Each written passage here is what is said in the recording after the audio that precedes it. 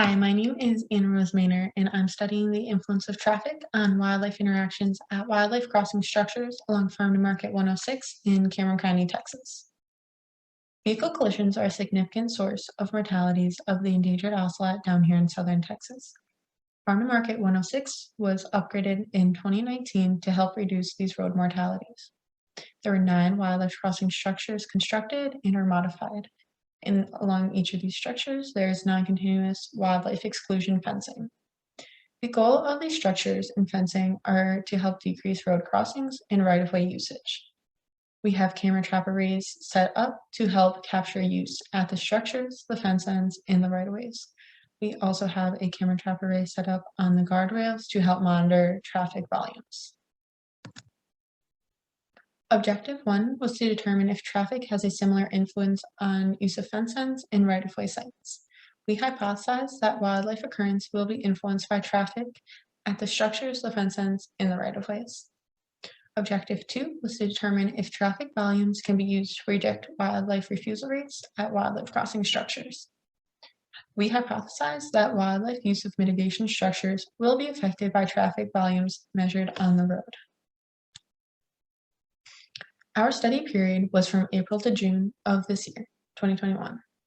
We have a total of 118 cameras set up along our research transect. The diagram to the left is showing a setup of one of our crossing structures. So we have the fence ends, and then the structure, and another set of fence ends, and then the right-of-way sites. This does not include the camera trap array to capture traffic. For our statistical analyses, we used a paired two-sample t-test, ANOVA, and generalized linear model. Our traffic camera arrays consisted of 2 cameras at 2 different sites, totaling 4 cameras. So these were at Wildlife Crossing Structure 1 and Wildlife Crossing Structure 8, which are the 2 ends of our research transect. We used a reconyx camera and a Bushnell camera at each camera trap array. We did this to help determine which camera is going to be more accurate at capturing vehicles, since that is not what these cameras were made for. So we were trying to see which one would be better at it. We did roadside vehicle counts periodically in 1-hour increments to help determine the accuracy of these cameras. And we determined that the Hyperfire 2 reconyx cameras set up with trip sensors were more accurate at capturing vehicles along the road.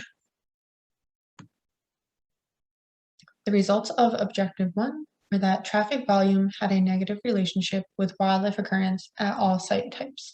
This can be seen in Figure 3, and that wildlife occurrence was affected by day and night periods.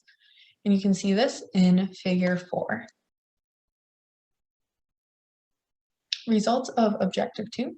So day and night period was a significant factor affecting successful wildlife crossing structure use.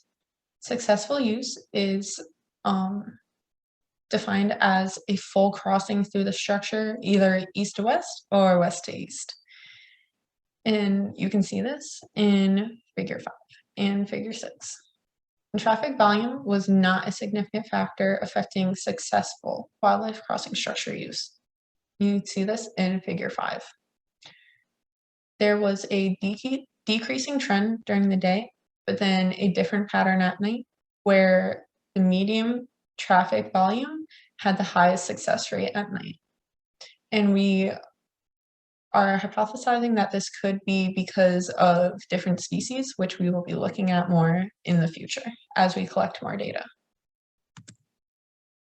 So from 3 months of data, we determined that wildlife occurrence is higher during the nighttime hours.